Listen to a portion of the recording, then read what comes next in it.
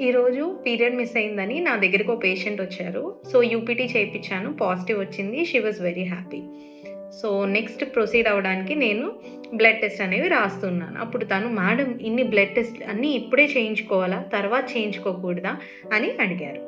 So, మీకు కూడా ఇలాంటి డౌట్ వచ్చి ఉంటే ఈ వీడియో మీకోసం.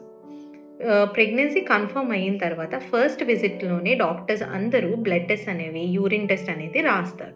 ఎందుకంటే ఈ టెస్ట్ అనేవి ఫర్దర్‌గా ప్రెగ్నెన్సీ ప్రోగ్రెస్ అయినప్పుడు ఇవి బేస్ లైన్ కింద మనకు ఉంటాయన్నమాట.